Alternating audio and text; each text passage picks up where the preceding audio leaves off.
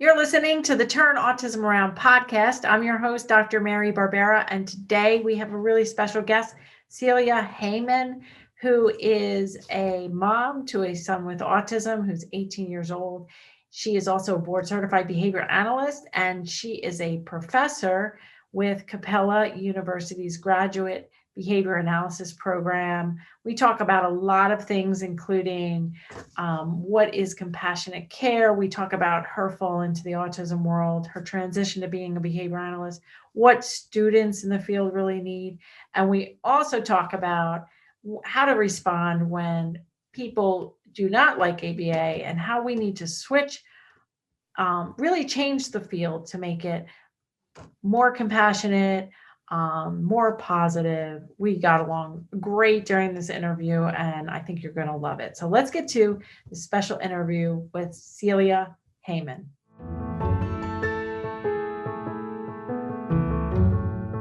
Okay, we have Celia Heyman here. Thanks so much for joining us today, Celia. Thank you. It's nice being here. Thank you so much. Yeah. So we've met a couple times in the past at conferences, but I've been seeing you a lot online, and I know we have a lot of similarities in our journey and being both parent and professional. So first, why don't you tell our listeners how you fell into the autism world? Well, I got into this field under unchosen circumstances. I have two children, and my second child was diagnosed on the spectrum. And prior to working in the field, I was in finance. So I was doing something completely different. And I remember the first time someone said to me, your child has autism and he needs ABA. And I remember the first thing I respond back was, what's ABA? I laugh about it, with that, because it really does remind me of the journey that I've gone through. And all the learning that I have done, and the people I've met along the way. Right. What year was this when your son was diagnosed? Yes, he was diagnosed in 2004. He was born in 2002. So he's 18 years old. Yes. Okay. And so when he was diagnosed, I think I spent a week just wallowing. And then I got to work. Make the phone calls. And how old was he when he was diagnosed? How old? He was 18 months.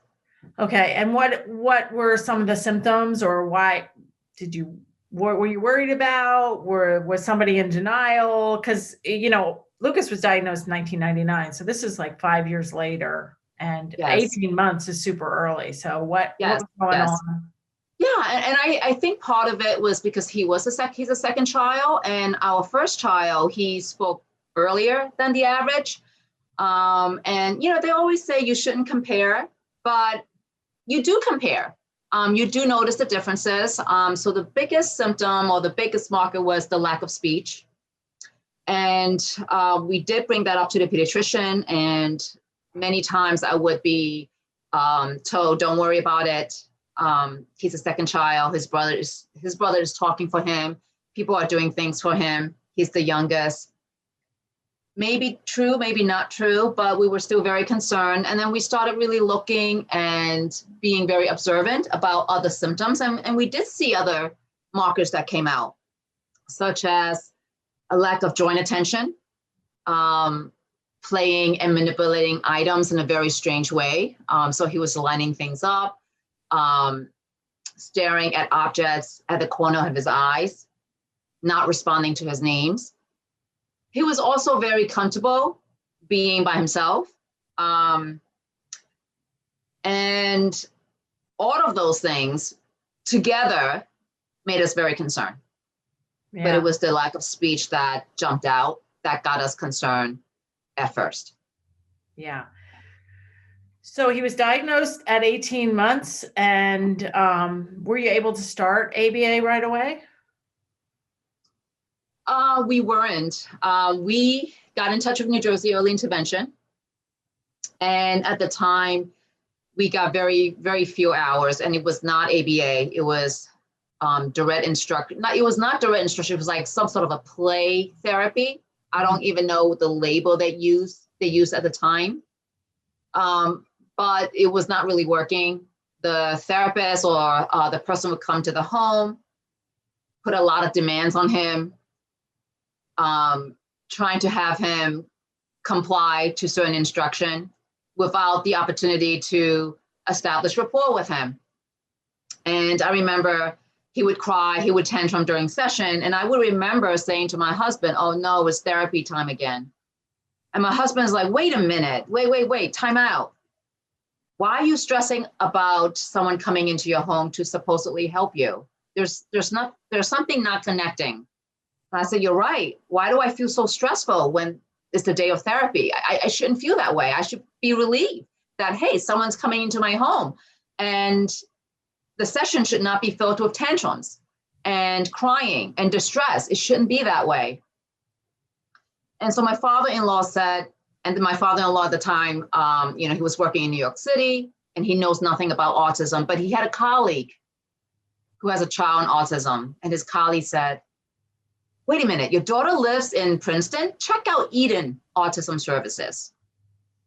And I said, let's check this out. And Eden, it's 10 minutes away from where I live. And we pass by it on Route 1 going into Princeton all the time. We just never know what this Eden Wawa House is. Wawa House, isn't that like a place where you get coffee? What is this Wawa House? And so we went in there and we spoke to a lady named Diane Van Driesen. She was probably one of the first batch of BCBAs back in 2000, 2001. Mm-hmm. She's a speech language pathologist as well. And I'm giving her a shout out because she was one of my angels. And she may not know this, but she was one of my angels. And she assessed Brandon and said, he needs ABA. This is what you need to do. Called back my case manager in early intervention. And I said, I just saw Diane Van Driesen. This is what she recommended. And my case manager in New Jersey early intervention said, whatever Diane needs, we'll get it for you. Wow. Well, that was lucky. Yes. And how many months did it take for you to find Eden then? It was just luck that my father-in-law said, he had a colleague. Was it 3 months, 6 months later? Was it just a couple weeks? It was three plus months. Yeah. Yeah. And that's what I see now is people waiting and I used to say, like, if the therapist rings the doorbell and the child starts screaming, there's a problem. It's not supposed to be, like your husband said, it's not supposed to be stressful. It's supposed to be helpful. And these are not bad people. They are not malicious. They just don't know how to weave ABA principles into kids who have tantrums, whether they're on the spectrum or not. Right. And unfortunately around the country and certainly around the world, there's very few like early intervention systems that have any ABA support, let alone like an abundant supply of any behavioral support. Right. And even though we lived in New Jersey, at that time, there was still there was a low shortage, a shortage of BCBAs. Yeah. Yeah, definitely. Because it's 2004. I became a behavior analyst. I was one of the first 1,000 in 2003. It's really a new field, a new specialty, yes. A new certification. Yes. It's only been around for about 2 decades. Yeah. So how is your son doing now? And he's 18, you said. He's 18. He's going to post-secondary. So he is registered at a local community college. He wants to give that a try. He knows he doesn't want a desk job like his dad. So I said, hey, that's half the battle. He's great with his hands. He's been doing a lot of trade professional exploration. So he's been doing auto collision and he loves working out in the field. So agriculture, farming. He just recently got certified as a lifeguard. So for him, it's finding his passion and to be motivated. Reading comprehension is really difficult for him. He has inattention. So things are tough. And I think that he's he finds it challenging because if you don't know Brandon, you would have all these high expectations of him. And you have to get to know a little bit about Brandon to realize what his challenges are and what he's good at. And he's one of those where we say he has a disguised diagnosis, because at first he might come off like he doesn't have one or he doesn't have any challenges, but he really does, you know? Yeah. So he's come to terms with that. Yeah. You said something that I literally had to get my pen and write down. For your son, it's about finding his passion and being motivated. And that's what the key is for every child and every adult. Find your passion and be motivated. And for every single person out there, that doesn't necessarily involve going to college or having, you know, a full-time position or having, you know, whatever you're thinking is kind of a quote unquote normal life. Right. So it was, I love that, what you said, and it's true for all of our kids. Okay, great. So he knows he has a diagnosis of autism. Does he disclose that? How did you tell him he had autism? He's actually quite proud of it now. He would tell you, you know, I have autism and paying attention is really difficult for me.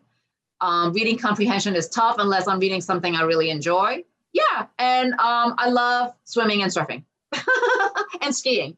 He's so blunt.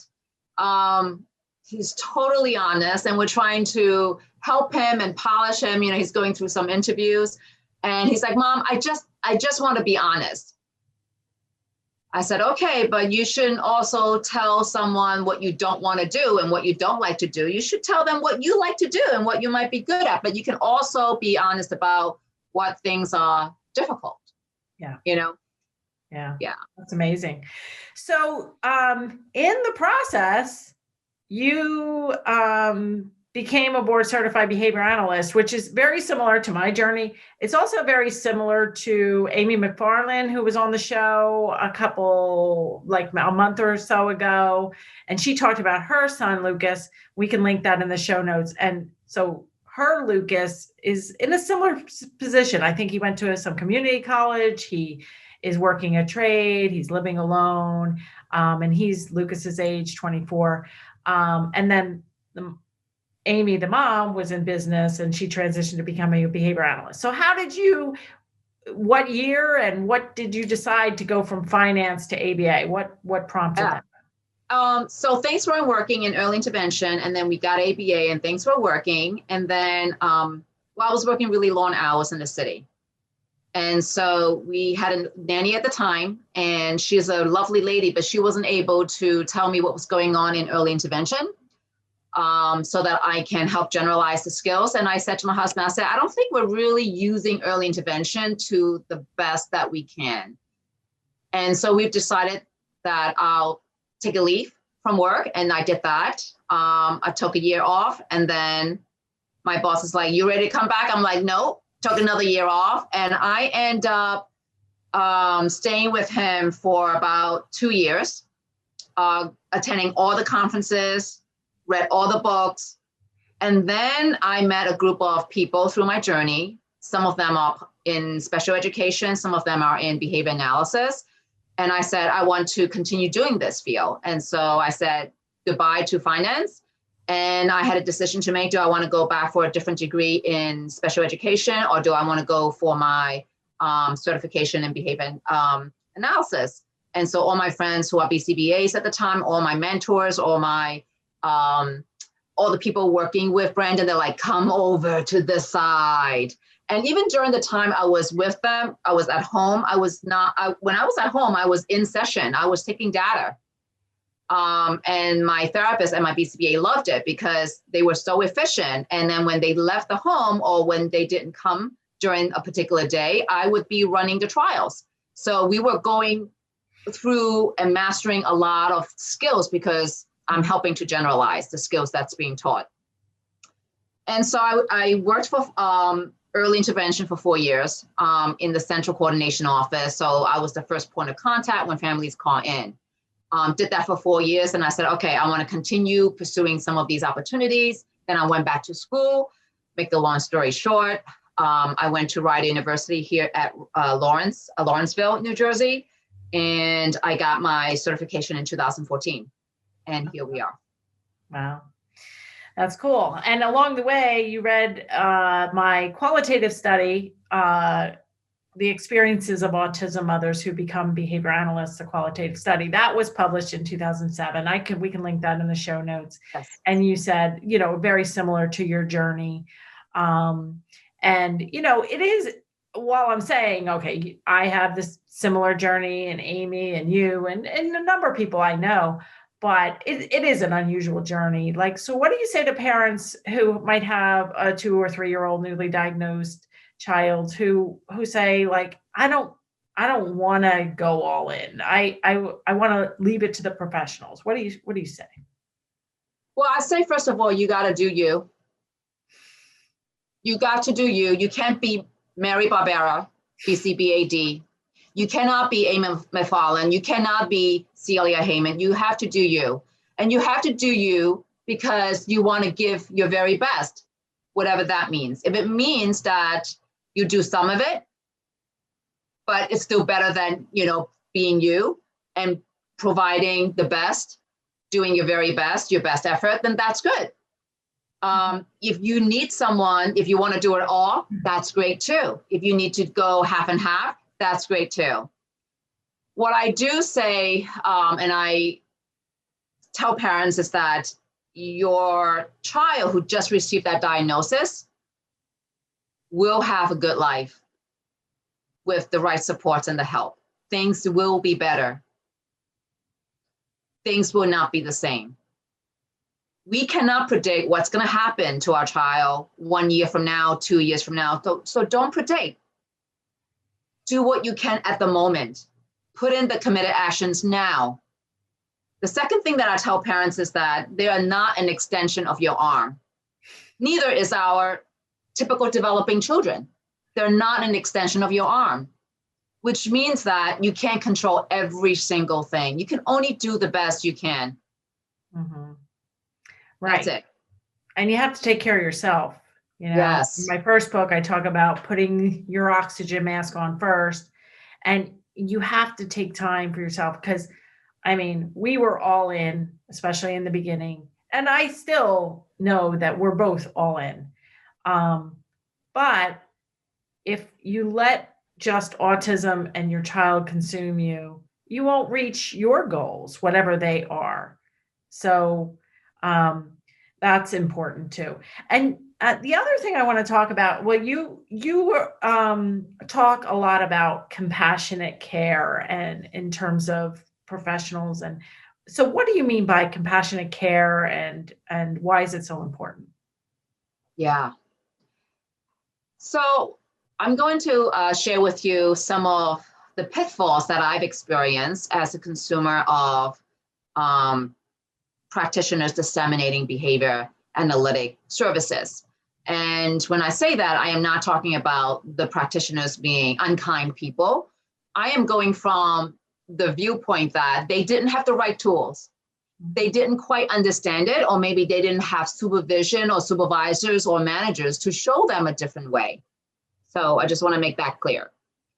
So this is the pattern of what I've experienced. My child, his problem behaviors, regardless of the topography or the shape and form, have often been accidentally shaped by people. And there's a lot of use of force prompting for children for him to comply.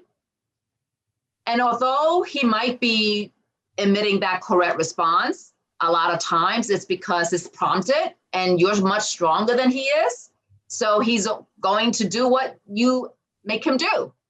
Or it's being done because of negative reinforcement, meaning that he will do it just to get you away from him. Okay, so learning from force prompting, from punishment, from extinction, learning from negative reinforcement, and we need to stop that. That's where the trauma can be built. That's when relationships are not built.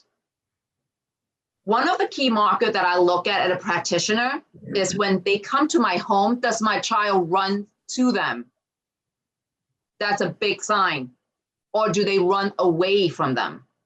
Right. The doorbell rings and they're screaming. Like, that is not good. That does not mean they're a bad person. And maybe in the beginning, because when other people rang the doorbell, they screamed. Maybe in the beginning, it's going to take a session, 2 sessions, 5 sessions to have mom or a parent or a caregiver with this therapist to work together. And I am still hearing stories. I love this discussion. I hate this discussion because this should not be happening, but it is happening all around the country and the world.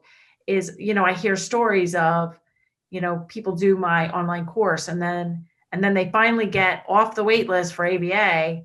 And, my course is all about pairing and having the child run to you and having the child run to the door and having mom sit there at the table with the practitioner doing fun things that had already been paired, like gradually passing the baton off. And what I'm hearing in the groups is we got off of ABA, we got off the wait list, and now ABA is coming and they're taking the child in a closed door room and the child is crying. And then these people are like, I just spent 3 months on a wait list and this is what I'm getting. And I'm like, no, it's going to unpair everything. And It's just not good. And it's like, I don't know how to turn this situation around. It's like a systems issue. And so compassionate care is the opposite, is what I'm saying to do, what Celia is saying to do. And you're a professor at Capella. And so you're trying to train graduates to have compassionate care, to work slowly, to pair things up, to meet the child where they're at. And they may have past trauma from not good therapy, and these are not bad people. Right. It's just, so how do we fix this? Yeah, it starts with training, not just in the classroom, but it starts with awesome quality supervisors and mentors. It starts with the people who are already doing it, modeling the right behaviors when they interact with the learners and when they interact with other stakeholders, like other professionals on the IEP team and parents. It starts from us. Every time I talk about supervision, the people that I talk about it with, they always say, oh my God, I'm so scared. I'm never going to supervise. And I said, well, that's a great fear, because that's going to keep you and ground you and make sure that you incorporate humility when you do decide to supervise someone, because it's a huge endeavor that should not be taken lightly. Right. Because for every single supervisee that you miss-supervise, you just provided a bad model. And when you have bad models, that's when it disseminates. That's not what we want to do. And so compassionate care is being responsive to the child, not just following your program record because it's on the task analysis, right? It's establishing rapport, establishing trust. And when you've done all that, then you earn the right to teach, but not before. And it could take weeks. It could take even months. That's right. Slow pairing. And I had Bridget Taylor on the podcast probably a year or so ago. And we can link that in the show notes. And she did also talk about compassionate care. And I think her and Linda LeBlanc maybe wrote an article on compassionate care. We can link that in the show notes. We can link Bridget Taylor's interview in the show notes as well. And it, I think the listeners here, we're kind of preaching to the choir, because if you're listening and you're this far into the podcast, you believe in what we're saying and you want to turn things to be more positive and to have the kids make more progress. They're not going to make progress if they're crying, and they're not going to make progress if they're tantruming and throwing themselves to the floor. And it's going to be worse the older they get if these things are being shaped up now. And that's why I am just so on a mission to get the kids even before they're diagnosed, even just kids with a little speech delay, kids with ADHD, like it Exactly. doesn't matter. We have to really infuse behavior analysis into parenting, because Yes. even though I had a master's degree before I had kids, and you were, well educated before. You're a nurse practitioner, right? You still are. Do you still practice in that field? No, I have a master's in nursing administration, so I was never a nurse practitioner. And then I right before I moved and had Lucas, I was working at Thomas Jefferson University Hospital in Philadelphia as a nurse manager. So I was always in the management, and interestingly enough, I was in the management and always on a neurologic floor, like Yeah. neurology, neurosurgery, head injuries, spinal cord injuries, strokes, where we'd have to teach people how to talk again and eat and Yes. swallow and work with multidisciplinary teams on multidisciplinary goals. So, and to manage people 24/7. So my whole life, I feel like I was being primed to manage the people in my home, coming in to help Lucas, Sure. working with multidisciplinary teams, Even shaping skills. Yeah. And working in the neuro field, where I know, like, the first year after an injury or after a stroke is your critical time to make the most progress when your brain is the most plastic. And so it's been an interesting background to get to this point. Awesome background. Wow. Yeah. And so I maintain my nursing license, but I don't work as a nurse, but my nursing background has been huge, especially with potty training and feeding and all that stuff. It's been really huge. So let's talk a little bit about the students and kind of like what they struggle with, and do most of them, like, how did they get interested? Usually when I interview people like you, Celia, it's like either their child has it, or they answered a little ad in college to work with a child with autism. I mean, is that how your students are finding ABA? Well, the first class I often ask them is like, why are you here? Because I want to know about MO. Right? Yeah. I mean, we often don't, forget about that. And this is also true when we do parent training. We got to find their motivation. The four-term contingency or the motivation sometimes get overlooked when we deal with adults, and we just expect them that they want to learn. No, they're very busy people. So I ask my students why they're here. And a lot of times they're there because they know someone with autism, or they know someone with a disability, whether it's their own child, or maybe their sibling, or maybe they are an aunt and uncle, or maybe they were in education and then they got to work with children with disabilities, and then they wanted to go into special ed, but it's because of those reasons. So they come to us already with an intention to be in the helping profession. Mm-hmm. They're not coming to us because they want to be rich and make money, because they're in the wrong field. If that's your primary motivator, right? So they already want to be in the helping profession. And then I oftentimes will thank them for being in class, first of all, because I teach at night, and that's generally 6 p.m., 7 p.m. for most people in the United States, sometimes even more challenging time zones. And I thank them because I know that everyone has competing contingencies. They are taking care of their parents, they are taking care of their own kids, they are working full time, and they have to juggle different classes. So I really thank them for that. And then I let them know this is a serious profession. We're working with a vulnerable population of learners.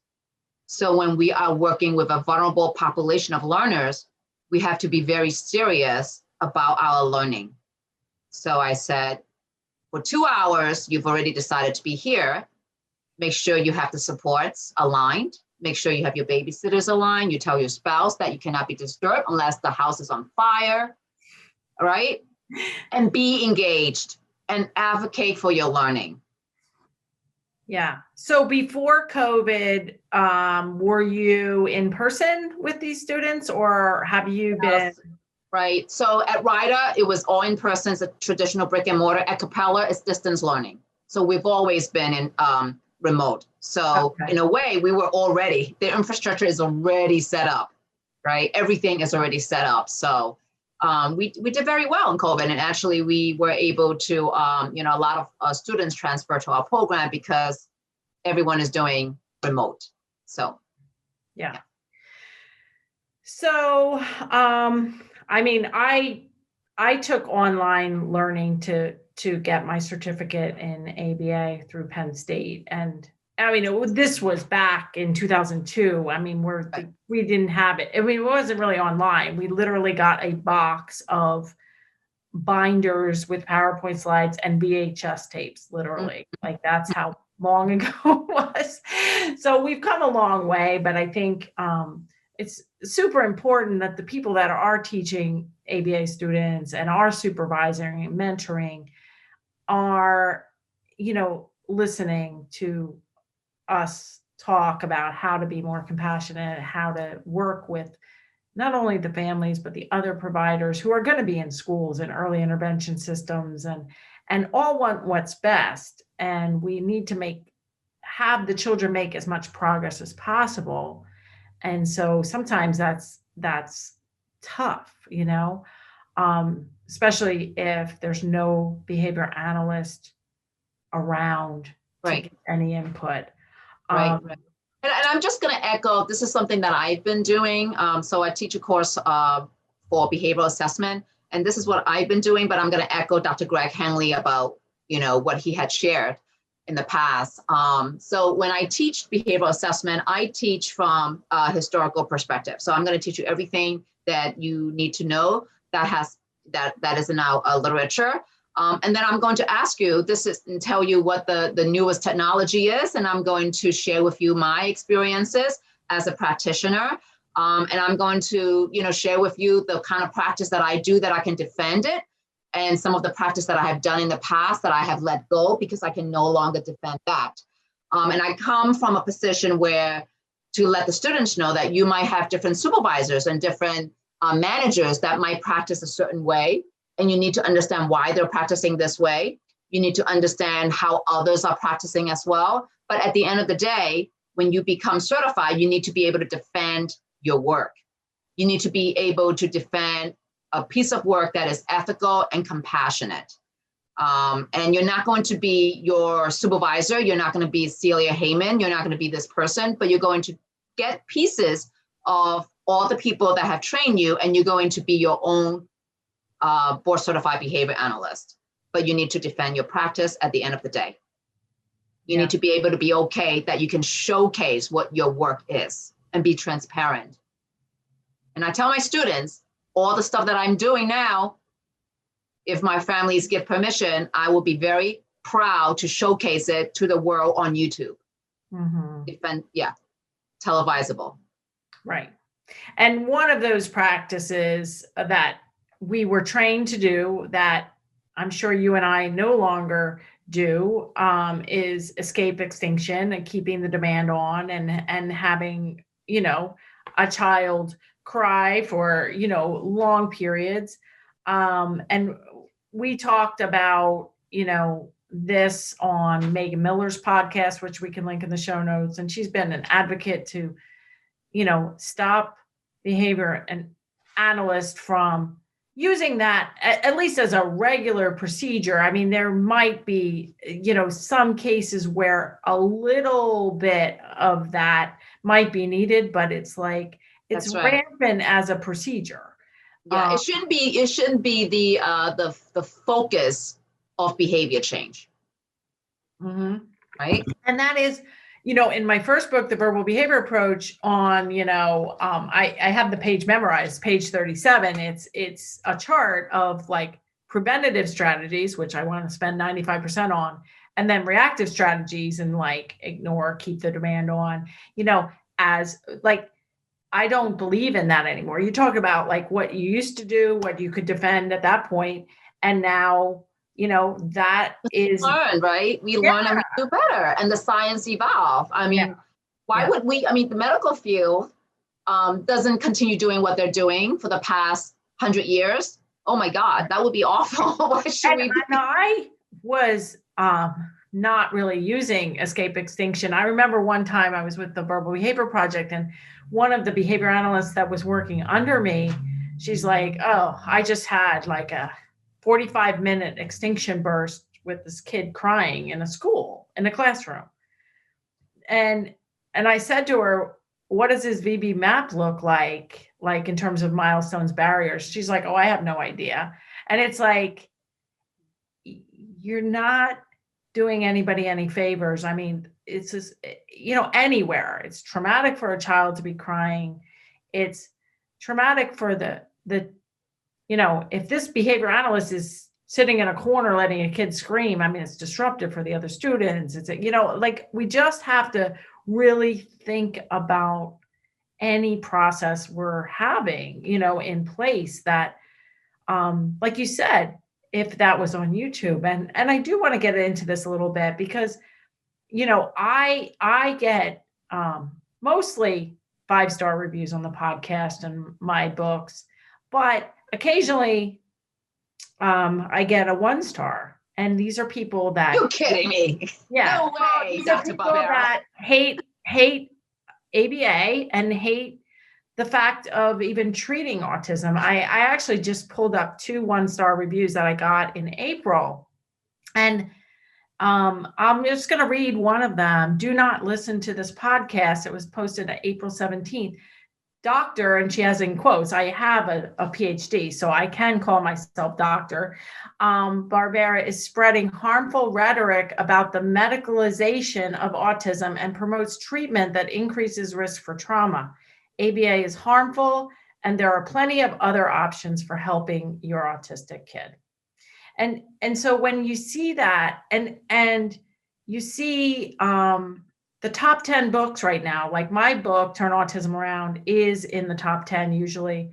And I check frequently because the Amazon numbers change every 3 hours. So they have me on a very variable ratio schedule of reinforcement. Yeah. And but if you look at the top 10 books in the autism category on Amazon, you will find the majority of top 10 books are anti-ABA. They are some form of facilitated communication, rapid prompting method. They are memoirs of people with high functioning autism. I haven't read all of them, but I have read some of them, and really, I think this is a big problem in the field, and I would love your reaction. Like, what do you say to people who hate ABA or think ABA is harmful? Yeah. So first of all, my initial reaction is saddened, because I'm sad that they have experienced something that got them to provide that impression. And it is their experience. So it's not a true or false thing. It's what they're telling us. So first of all, I am sad that they had that experience. I'm sad that type of trauma was even made available. And again, it could be delivered by practitioners who just don't have the tools or the knowledge or the skills. So I'm sad for that. I'm also going to be sad for the newer consumers, for the mom who just received that new diagnosis, who might not have had the opportunity to speak to Dr. Barbera, or speak to Celia Heyman, or speak to Lisa, whomever, right? Or Bridget Taylor, and take that perspective and say, oh, stay away from ABA, close the door on ABA. And I feel sad for that mom too, because then that mom might have lost an opportunity of an intervention that could be very effective to bringing positive outcomes for their child. Yeah. So I'm sad on those two fronts. So the question that wakes me up is, what can I do as a small citizen in this world, as a small citizen of the world of autism, of the world of applied behavior analysis? And that's why I went into teaching. Build capacity, build the generations of aspiring behavior analysts to do better, so that we can lessen these aversive experiences for consumers. Yeah. I don't know I don't know if I have the skill or even the energy or the right to change that perspective. That is their perspective. I can never change that. But I could maybe change the potential harm by building capacity and training our practitioners coming out. Right. And I love everything you said, and I totally agree. And I would add one other thing, because that's the first time I ever read a 1-star podcast on my podcast. And if you're listening and you've gotten this far into the podcast, I think everything Celia is saying is brilliant.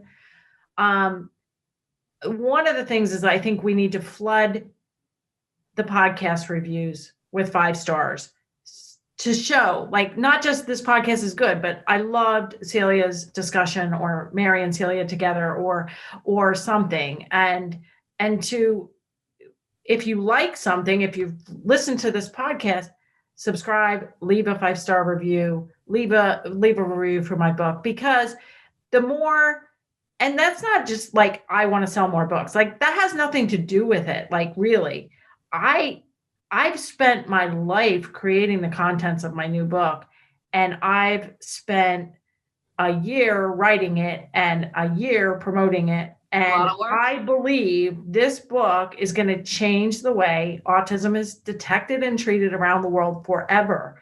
And like, I don't mean to sound cocky. And like, I got a 4-star review on my podcast the other day, and they're like, I love the guest that Mary has on, but she talks too much. She promotes too much. It's like, if I think I have the answer that I have spent my life on, and I have it available, then, and I am a full-time,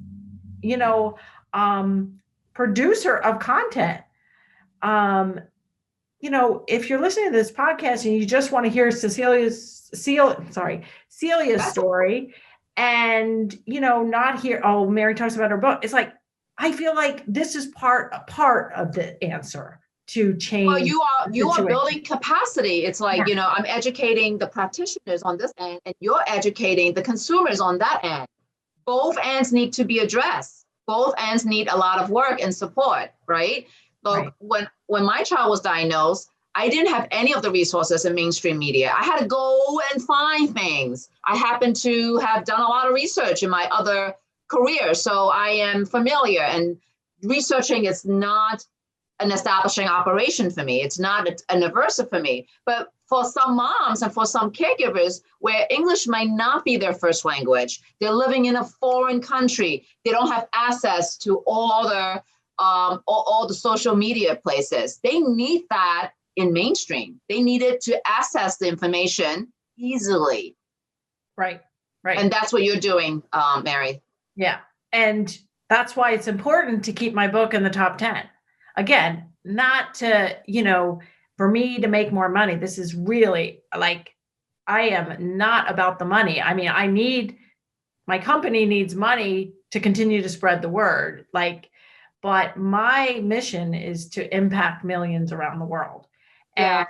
And I've been called ableist before, and I don't know what that really means.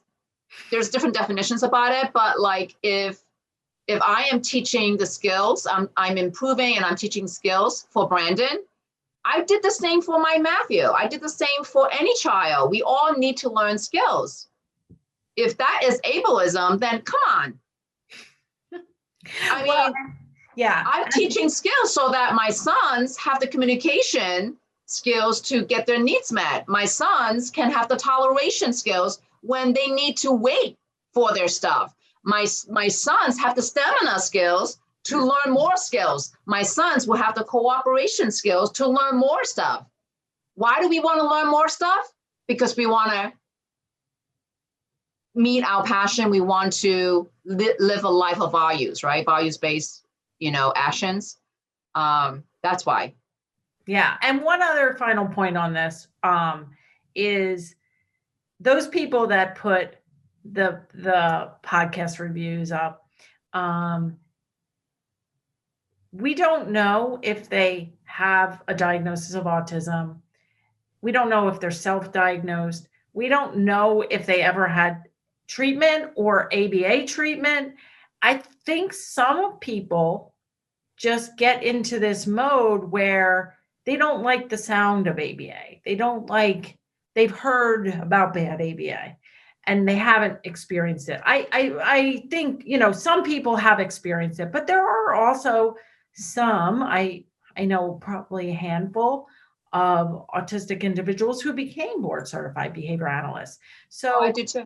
I wouldn't just assume that the person who writes a nasty review somewhere who hates ABA is actually was a past consumer of ABA. I wouldn't assume that. I wouldn't assume not. And I Right. appreciate you saying you're sad and for anyone that's been harmed by procedures or by systems, Right. I do feel sad, but we have to move forward. And the way to move forward is to make ABA accessible and step by step for consumers. And that's kind of our goal, and for students and for professionals. And so I think it's a good thing to talk about, not to dwell on. And I don't argue with people, but if they do put nasty comments on my page or on my ads, I'm spending money on ads. I'm not going to debate whether ABA is good or bad. I know my type of ABA and Celia's type of ABA are great and are very easy to defend, could go on YouTube at any moment. And so I don't get into battles, and I don't try. It's like trying to change somebody from the radical right or the radical left and bring them all the way to the other side. And like you said, we just don't have the time in it. Yeah, I mean, I read those comments, and I read some of their posts on social media, and for me, I reframe those as, and I treat it as motivation to do better. Mm-hmm. That's all. And I tell my students, just use it as a motivation to do, an MO to learn and to do better. Yeah. Yeah. Okay. So I love this conversation, and I just want to end. Well, first of all, is there any way for people to follow your work or, learn more about you? Yes. Actually, I'm like a nomad because I work for different organizations. And so I work for FTF, Behavioral Consulting. The website is ftfbc.com. And in this company, I'm a pre-doc fellow. And so I support my consultees to implement the practical functional assessments and skills-based treatment. You can also check out what the PFA and SBT is about by going into practicalfunctionalassessment.com. That's another website. Okay. If you are an aspiring behavior analyst and you want to know more about the science, I'm also an administrator for a ABA study group. It's called ABA Study Group on Facebook, and currently we have over 46,000 members worldwide of students, of academia, and I've been facilitating a book club to review every single chapter in the 3rd edition of Applied Behavior Analysis, Cooper Heron Hewitt, every other week, and all the sessions are recorded. I also have several mock exams for students who are preparing for the exam. So I've gotten some good review back for one of my 150 question marks. So you can check, and everything is free on that website. Wow. So yeah. So I'm so glad I asked hobby. you. Yeah, I'm so glad I asked you. And Right. Yeah, that's great. And maybe we could talk about me going on that group for like a live interview or something about my book. And I love to have you on. We Yeah. have a Society of ABA at Capella University. That's really a big outreach. So I'd love to talk to you offline about that, and getting you on ABA study group as well. Yeah, that sounds great. Okay, so to wrap it up, part of my podcast goals are for parents and professionals and students and anyone listening to be less stressed and lead happier lives. So do you have any self-care tips or stress management techniques that you use? Oh, absolutely. I've been, I always say I'm a student of the contextual behavioral science. And so I'm a student of relational frame theory, and I'm a student of acceptance commitment training. And I use those strategies to stay healthy mentally, physically. Yeah, and everything that I do, every action that I take, it's values-based. So do they align with my values of building capacity? If it's not, it might be the bottom of my to-do list. Does it align with a quality relationship with my family, my children, my spouse? If it does, stays on the list. Does it, align with the values of a lifelong learner, which I want to be? If it does, stays on the list. So everything that I do is aligned to a values that I have. And this way I can just put away all the noises and distractions. Wow. I love that.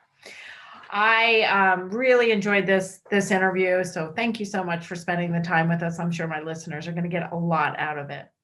Thank you so much for having me on. If you're a parent or early intervention professional working with young children with signs of autism, or if you're a parent or professional helping older children with moderate to severe autism, you'll definitely want to order my new Turn Autism Around book today. You'll get access to all the book resources that will help you right away. For all the details, go to turnautismaround.com.